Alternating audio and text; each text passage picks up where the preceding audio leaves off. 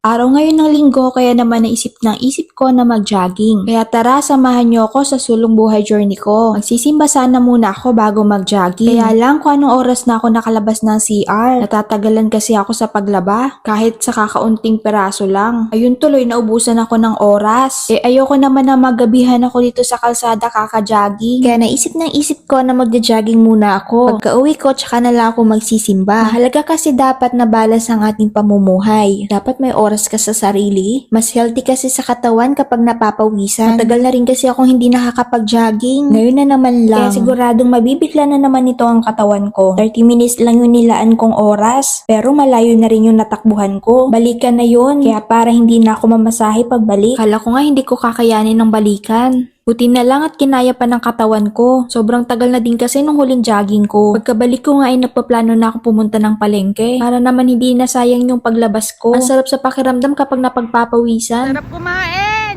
ng masarap. O diba parang nasayang lang din yung pag-jogging ko kung kakain lang din ako ng masarap. Bukas pala mag-unbox ako ng mga gamit kong nabili. See you! Bye!